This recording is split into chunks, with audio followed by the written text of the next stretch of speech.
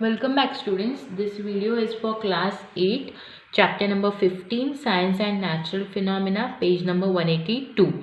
Okay, so in earlier video we have completed the chapter till origin of charges, right? We have completed till origin of charges. In earlier lecture we have seen that our surrounding consists of matter, objects that we call matter, and those matter has some tiny particles known as molecules, and those molecule consist of atoms, right? In atoms the center part is called nucleus, which has proton and neutron, where proton is positively charged and neutron is neutral, means having no charge.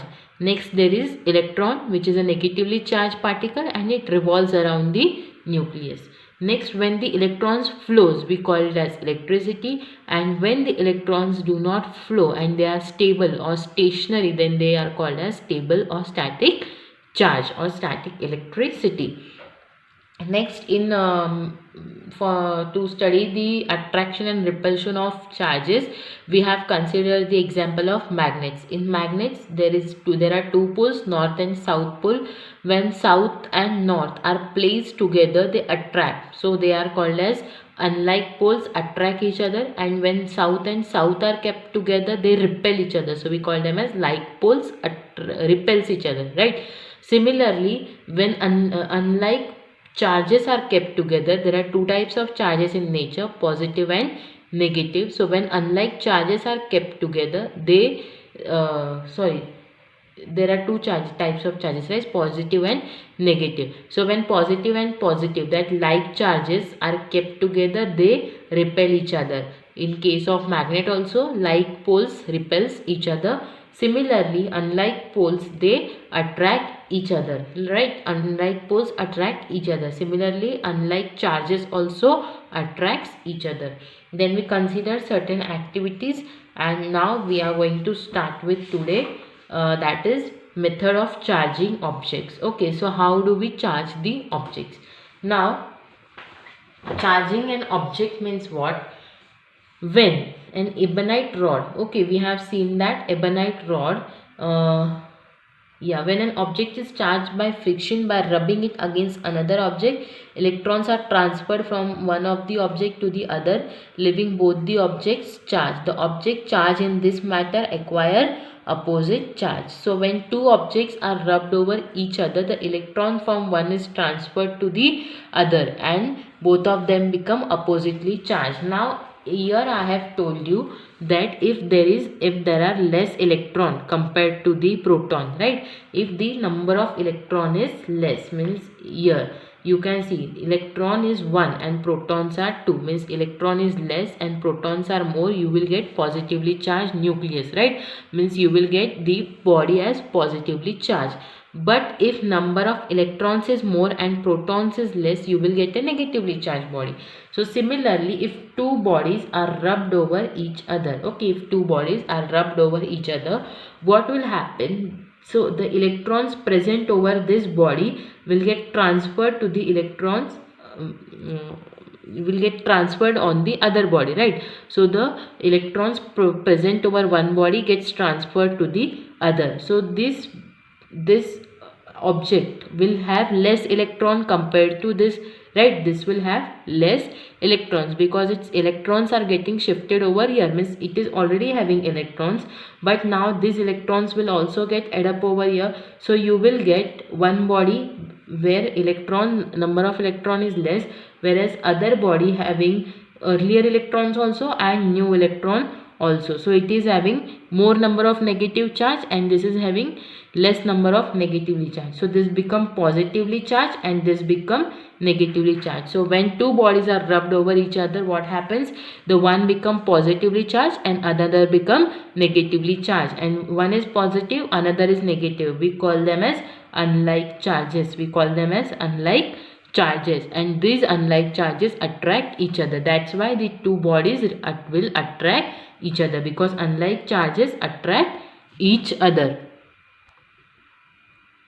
So in this way, one body becomes positively charged and another become negatively charged, and due to the opposite charges they will attract each other. Now what they say, when a glass rod is rubbed with a silk cloth, electrons move from glass to the silk. Okay, so here we are having two cases. When ebonite is rubbed with wool, it the so the ebonite rod is left with a negative charge and wool with the positive charge. So transfer of charges is given here, means when which rod becomes positive and which rod become negative, but the basic principle is the one which we have studied now. Clear? Now glass and ebonite are insulators and do not conduct charges easily. Now you should know there are two types of materials in the nature. One is conductor and another one is insulator. Okay, one is conductor and another one is insulator. Now conductor is the one through which electricity flow, okay, or charges can flow, is called as conductor, and insulator is the one through which charge cannot flow. Clear?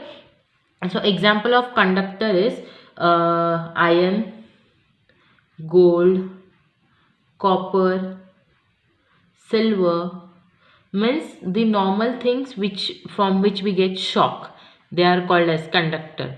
And insulator includes plastic, rubber, wood.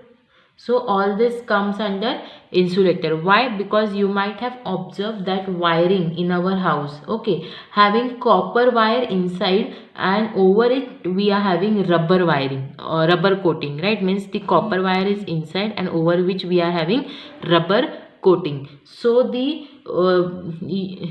wire, okay, so the wire which is having the rubber coating, if we touch it we won't get shock. But if the rubber coating is not there and the copper wire is outside, and if we touch the copper wire, what happens? We get shock, right? Means after touching copper wire we get shock, and on touching the rubber we don't get shock. It means what? The rubber do not conduct electricity, whereas the copper is conducting electricity. Means the electricity is flowing through the copper wire. So we can say that's why at our home or normally the wires are coated with bad conductors, or the bad conductors are known as insulators, and the one which conduct electricity is known as conductor. Okay, so what they say, the conductor can also be charged by rubbing, okay, by an insulating handle. Means what? If now, as I explained, the normal wire is having rubber coating over it and inside that there is a copper wire. Now so what they say that here you can see that in spite of this rubber coating also the electricity can flow through the conducting wire, right? Means it is not there ki there is rubber present over this so it won't conduct electricity. No, the rubber coating is means as it is present, but then too also the electricity can flow through it. So it says that in spite of the insulating material present, the conducting material will conduct electricity. Means let the insulating material be present over there, then too the conducting material will conduct electricity. So same happens in case of this. Now see, when two neutral objects are charged by being rubbed over each other, the charges are neither created or lost in the process. There is only transfer of electron.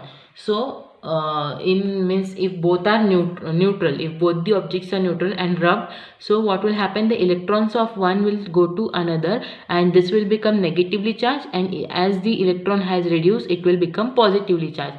Means the charges are not getting loose or gain, but only the transfer of charges is taking place. Clear? Next is charging by conduction. Now charging by conduction is another method in which a conductor gets charged by contact with a charged object. Means what? If one thing is charged and it comes in contact with the other, so this will also get charged up due to its contact only. Clear? So such type of charging is called as conduction charging, and for that they have given one example in which you have to take two metal sphere. Correct? No, you have to take metal sphere. Now what happened?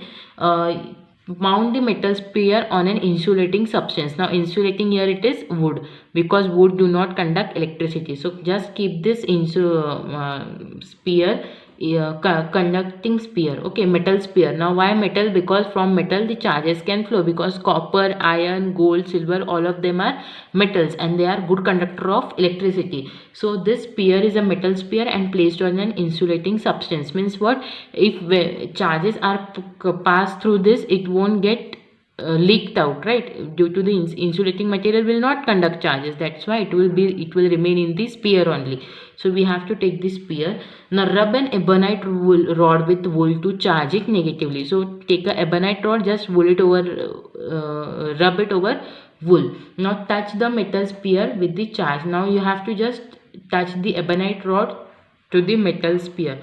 So you will observe that after touching this, the charges get transferred to the sphere. Okay, so the negative charges present over the ebonite rod get transferred to the sphere. So we can say that with wool but attracts the glass rod with silk. This shows that, now as in earlier topic I have explained that glass rod rubbed with silk is having positive charge, right? Now if that is positive charge and if this sphere is negative charge, if I'll take that positively charged rod towards this, not this ebonite rod, now we are taking that glass rod with charge with silk, that is positively charged. Now if I'll take that positively charged rod near this sphere, what will happen? This negative charge and that positive charge will attract each other, right? Attract each other means we can conclude that this sphere is negatively charged. Clear? So with the help of this experiment we can prove that that charging can occur through conduction also. Now charging an object by bringing another charged body close to it but not actually touching it. Now in conduction what we are doing, we are touching the charged body to an uncharged body, but in induction what happens, we do not touch the body, we just take it at a slight distance away and then too it conducts. So such charging is called as induction charging. Now electroscope. Electroscope is an instrument which is used to test the object is charged or not. Means using this electroscope we can test that the object is charged or not. Now for that they use gold leaf electroscope. This is an activity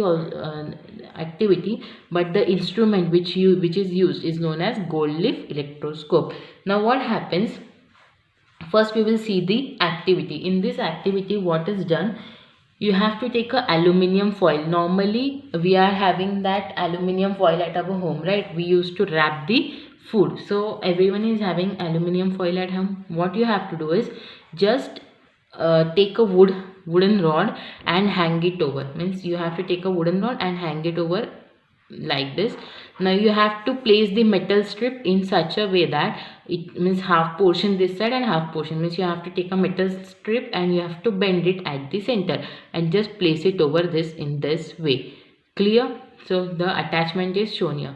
Now what you have to do, now hang it on a wooden rod. Now touch the metal foil with the charged glass rod.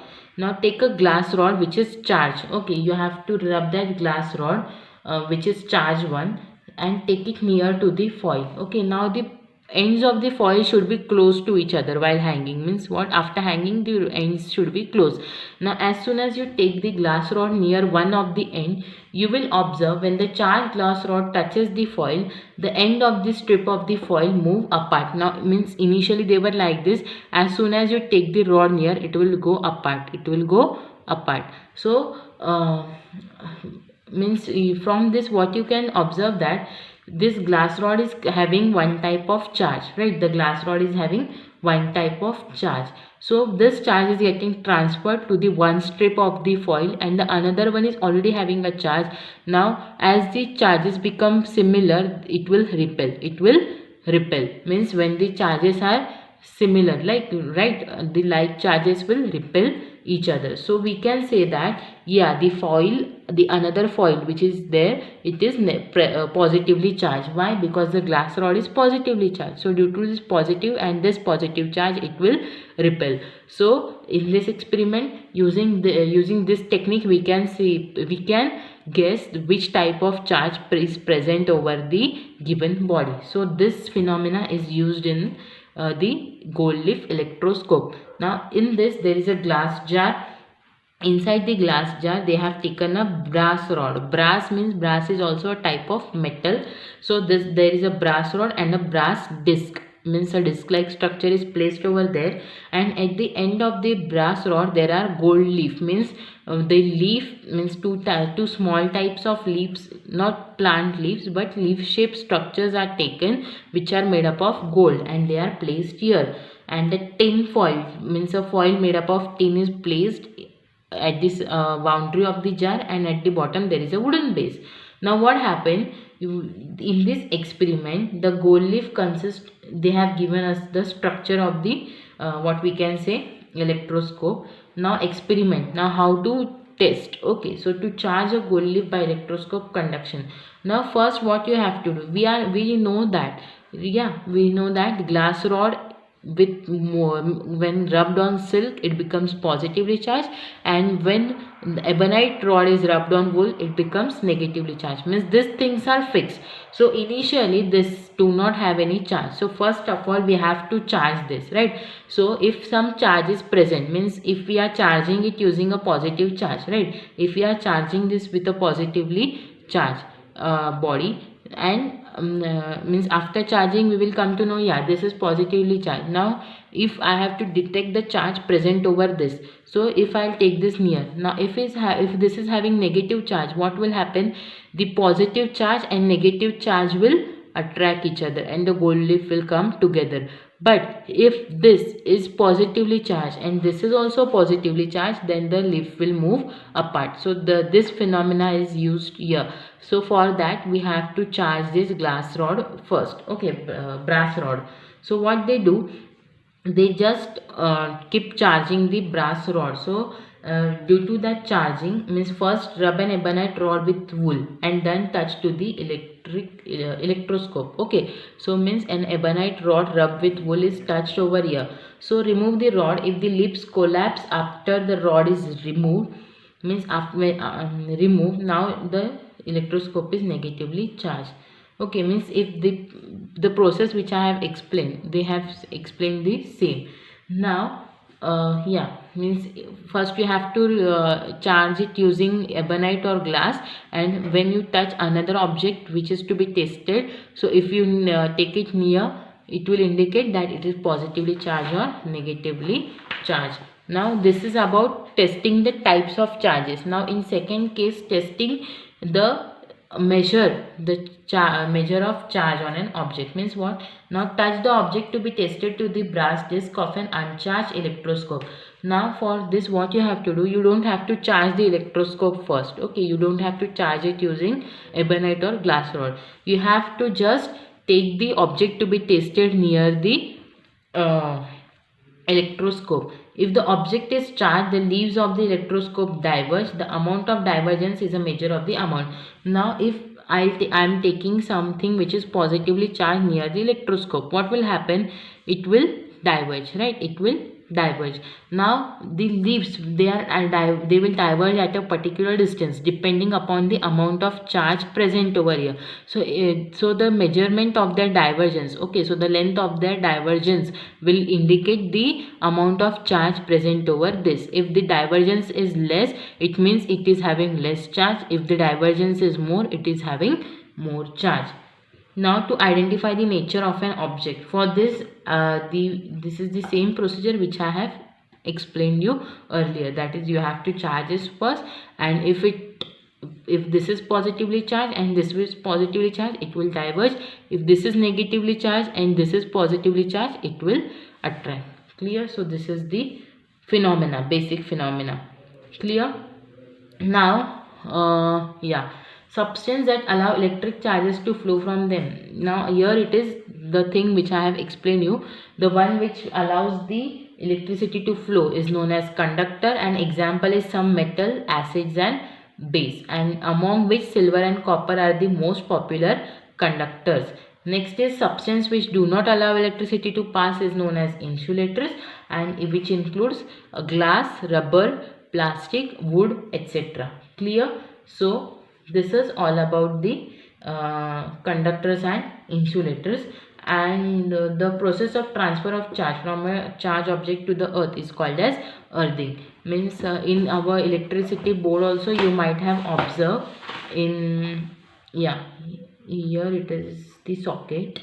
It is having three types of pin, right? You insert three types of pin. So one is positively charged, another one is negatively charged. But what about this? So this is the earthing. This is earthing. So this is the symbol of earthing. Okay, now what is this earthing means? Means this wire straight away goes to the ground. Now why ground? Because the extra charge present over here goes to the ground and prevents the damage. So this is called as earthing. This is positively charged and one is negatively charged. So the one which is directly connected to the earth, earth means ground, it is called as earthing. It is called as earthing. Clear? So that is earthing. With this we will stop here today, and in next lecture we will go for the next topic. Clear? Yeah. So with this the video ends.